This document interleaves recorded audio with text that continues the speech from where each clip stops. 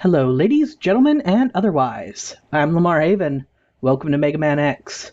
Today we're taking on Boomer Kuwanger. Yeah, I don't get the name either.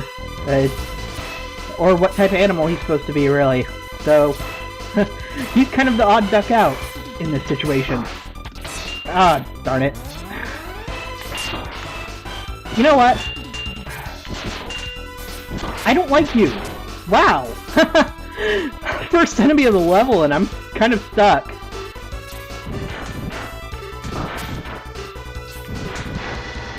Come on. There we go. Alright, after that embarrassing performance, that's a great sign for the rest of this. Let's move on. So here we're, Boomer Kuwanger is probably one of my least favorite bosses. Not because he's hard, not because he's, his level is particularly difficult. It's that his level is very annoying. And you're going to see why in a little bit. Once we get to the annoying part, I'll tell you what I mean. And it isn't because of the enemy. That enemy should not have trapped me like that. Alright. And like I said, again, with the turtles, there are way too many of these guys in this game. You might also notice that we still only have one armor upgrade. There are 4 in the game. There's a reason for that. They are going to be gotten mostly towards the end, and half of them, I think, are through revisits only. So, yeah. This part's a headache, but I've got it down to, like, muscle memory as to what you're supposed to do. You can't touch the sides, you'll die. You can't touch the spikes as they're falling. Well, as you're rising towards them, you'll die. Here, it looks like there's a gap, but there isn't. Alright, so this is an annoying part, but not the annoying part. Ah! Alright. See, these come out, enemies come out, you gotta shoot them, blah blah blah. This isn't rocket science over here. If you're fast enough up here, you can meet this. And you die. Alright. Darn it. Okay, so, one of the... Boomer Kuwanger's weapon is probably one of the most useful in the utilitarian sense of the word. And I will show you what I mean.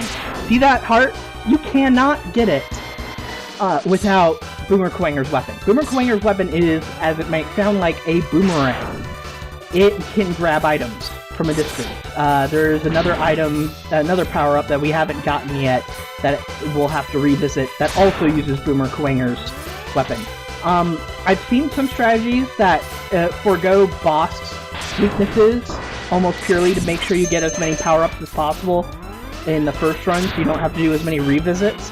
But I haven't seen many of those runs that are efficient enough for my taste anyway, and for the sake of revisits, it's not going to matter. But my biggest headache with this level is it has to be revisited no matter what you do, because the only way to get the power-up is to use the power that you get from the boss of the level. So that's why I don't like this level. It kind of traps 100% runs. But here we are to Boomer Kuwanger. His weakness is the homing missile that we got from Launch Octopus. It helps because when he does that thing where he teleports around, it'll track him anyway. So it has that utility. And of course it stuns him every time you shoot him, just like any normal weakness. And there you go. That's the end of Boomer Kuwanger.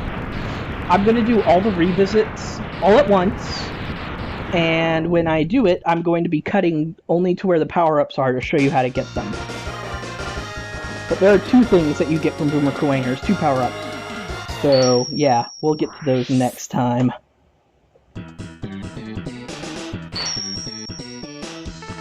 First, we get Boomerang Cutter.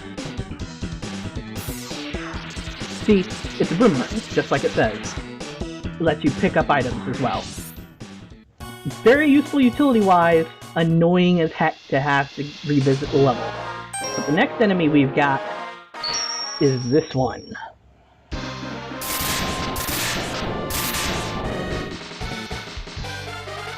say hello to Flame Mammoth. In one of my practice runs when I was trying to go from memory, I actually fought this guy second. It would make sense, right? Ice against him? But no. You might notice that there's ice on the ground. That is because we killed Chill Penguin first. If you kill Chill Penguin before coming here, it changes the level. Down there it's supposed to actually be lava. Wherever you see ice, there's usually lava instead when this level gets changed. It doesn't change a ton else besides that, but it's worth mentioning. Alright, so here we have this. We can't do anything about this yet, but right here, know that's a secret. Alright, so there's 2 power-ups in this specific room. The first one is down here. Just keep avoiding their pickaxes, like they're Hammer Bros or something, and boom, you get your heartbeat. You see, our health is already getting pretty darn big. Alright, so kill him. I don't need that power-up, but I got it anyway. Health. Alright, so if you keep going up, fight your way. They laugh at you if you get hit, too. Which, you know, fitting. Met Tools. Met Tools are a staple of the series, Mega Man included. Alright, so... I've been wanting to mention, there are some people that think the Mega Man X series has actually started the Mega Man 10 series, and there's a sub-tank, of course, which isn't true. X is not meant to be a Roman numeral, it's simply meant to be the character's name. This has been proven canonically by Capcom in that they have a Mega Man 9 and 10 that have come out. There was never an officially numbered Mega Man 8. It was actually called Mega Man and Base. In that game, you can play as Mega Man or as Base. And there was a special ending with Base that linked to the Mega Man X series. I believe Mega Man and Base was actually made after Mega Man X. I don't know for certain, though.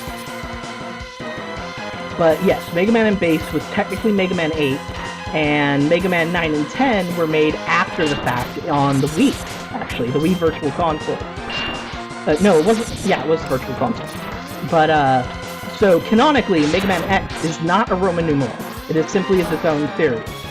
With some, at best, weak links to the original Mega Man series, except for Dr. Light. Dr. Light is one of the few direct connections. Alright, that's that. And now we're moving on to fight Flame Mammoth. Now, you might be thinking, it's a freaking elephant! How is Boomer Kawanger, a boomerang, made of blades granted, going to cut through this guy's armor? You'll see. Moving platform is one of the staples of this guy's fight. This is unusual. That's not what's supposed to happen. There we go! You hit him a few times, his nose falls off. Hold on. I know this goes against everything I should do. This is so dumb. But I'm gonna do it. I'm gonna use the sub-tank because this isn't dealing as much damage as I thought it would. The idea is actually you're supposed to do this. And then you jump. Yeah. As long as you catch the boomerang after you shoot it out, it doesn't use weapon energy. It only uses weapon energy if you can't catch the boomerang after shooting it out. See, while he is weak against this weapon, it doesn't deal a massive amount of damage. In fact, I'm going to swap over to just the regular charge shot. And use it. Because I'm getting tired of Boomer Kawanger's weapon. There actually is a better quote-unquote weapon to use against this guy. In my opinion. This isn't necessarily true. Alright, this is getting troublesome. There we go. That actually got cut pretty close. But, yeah, pulled through. And I'm glad I did use that little bit of the sub-tank. I don't feel ashamed, damn it. So thank you very much for watching. And I'll see you folks next time.